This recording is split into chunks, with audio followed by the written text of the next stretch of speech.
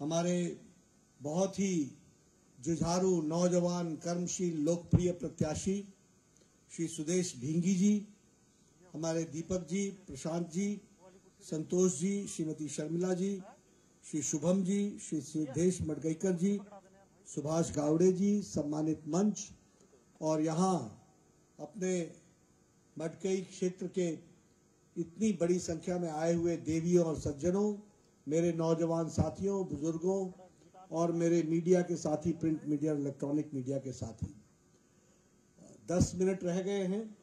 मैं 10 मिनट में अपनी बात पूरे तरीके से रखने का प्रयास करूंगा।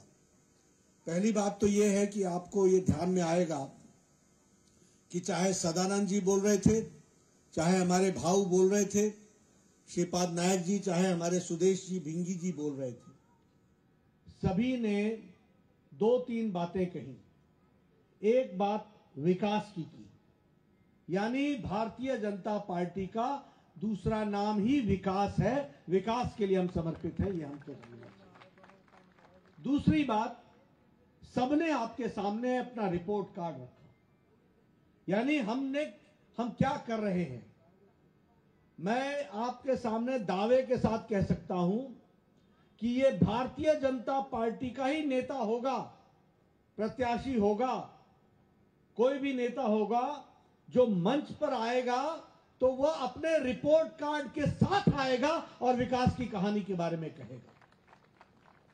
और तीसरी बात, बीजेपी का ही कोई नेता होगा जो ये कहेगा कि हम किसी जाति के लिए, किसी वर्ग के लिए, किसी धर्म के लिए, इसके लिए हम काम नहीं करते हैं। हम काम करते हैं तो हमारा मंत्र है सबका साथ, सबका विकास, सबका विश्वास और सबका प्रयास। इस बात को लेकर के हम चलते हैं। तो आपके सामने 3 बातें मैंने कही। एक विकास, दूसरा रिपोर्ट कार्ड, यानी जो कहा था वो किया है, जो कहेंगे वो करके दिखाएंगे, ये हमारी ताकत है। और तीसरी बात, हमारे यहां कोई भी काम, कोई भी कार्यक्रम इस आधार पर नहीं होता कि हमने किस धर्म को मदद करनी है, किस धर्म को मदद नहीं करनी है। हमारे मोदी जी की स्कीम को उठा के देखिए, स्वच्छ भारत अभियान, हमने किसी से धर्म को देख करके किसी के यहां शौचालय नहीं पहुंचाया। हमने किसी को देख करके आयुष्मान भारत का कार्ड नहीं पहुंचाया। हमने किसी घर को देख करके, किसी जाति को देख करके कोई दीनदयाल स्वास्थ्य सेवा योजना नहीं पहुंचाई। हमने किसी को देख करके प्रधानमंत्री गरीब कल्याण अन्न योजना नहीं पहुंचाई। हमने किसी जाति धर्म को देखे बगैर प्रधानमंत्री किसान सम्मान निधि आपके घर तक पहुंचाई। ये काम किया तो भारतीय जनता पार्टी ने किया, यानी सबका साथ, सबका विकास, सबका विश्वास, सबका प्रयास। एक बात हम लोगों को ध्यान में रखनी चाहिए। आप देखिए, मनोहर जी कहा करते थे गोल्डन गोवा।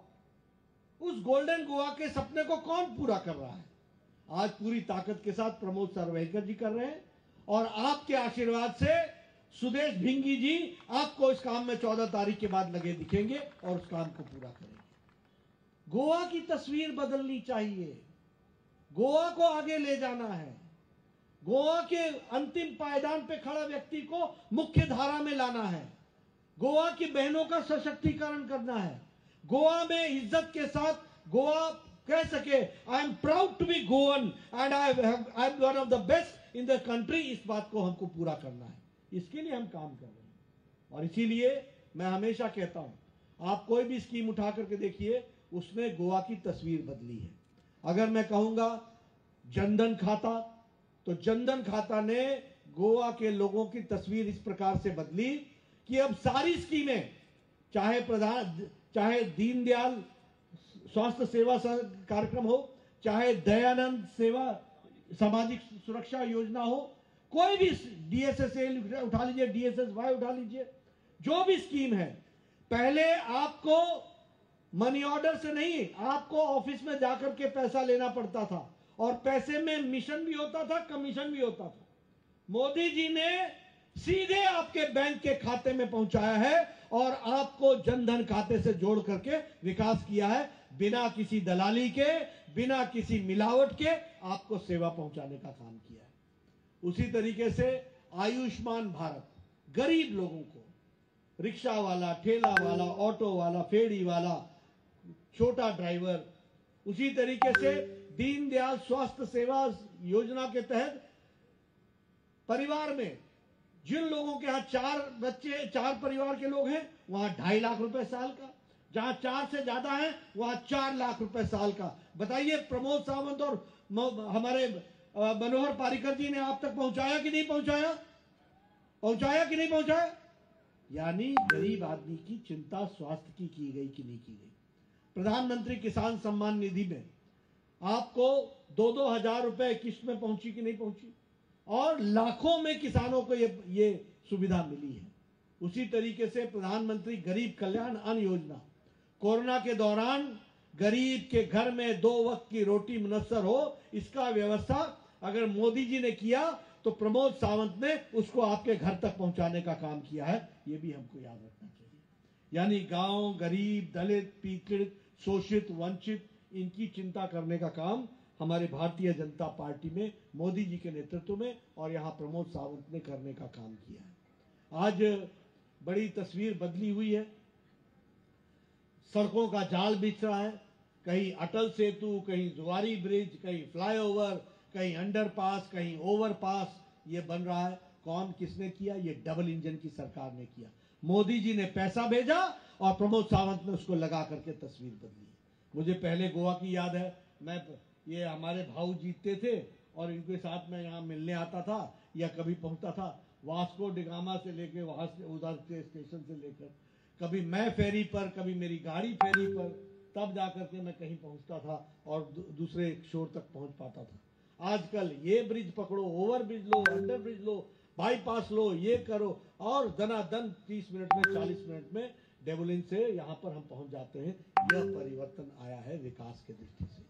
आप बताइए, यहां पर फॉरेंसिक्स इंस्टीट्यूट बना कि नहीं बना? आप बताइए, यहां आईआईटी पहुंची कि नहीं पहुंची? आप बताइए, नेशनल इंस्टीट्यूट ऑफ टेक्नोलॉजी में 40% अब गोवा के बच्चे पढ़ेंगे। ये रिजर्वेशन दी तो मोदी जी ने दी और प्रमोद सावंत ने मांग की, यह भी हमको ध्यान में रखना है। तो विकास की एक नई कहानी लिखी जा रही है और विकास को लेकर के हम चले हुए हैं। अभी हमारा बजट है, ये जो DSSA है, इसमें पहले हम 2,000 रुपए देते थे। अब आप सुरेश भेंगी जी को नया परमिट देंगे, ये विधानसभा में जाएंगे, आपका DSSA का योजना में हर महीने 3,000 हो जाएगा। इसको भी आपको ध्यान रखना चाहिए। साल के 3 पर्व पर 3 गैस सिलेंडर मुफ्त मिलेगा। 3 साल तक पेट्रोल डीजल पर स्टेट का कोई टैक्स नहीं लगेगा। विकास के दृष्टि से एक नए आयाम को जोड़ने का प्रयास होगा। बच्चों की सुविधाओं, विकास के लिए शिक्षा, स्वास्थ्य, आज पहले 19 यहां पर PHC थी, आज 55 PHC है। आज 23 आयुर्वेदिक डिस्पेंसरी यहां पर है।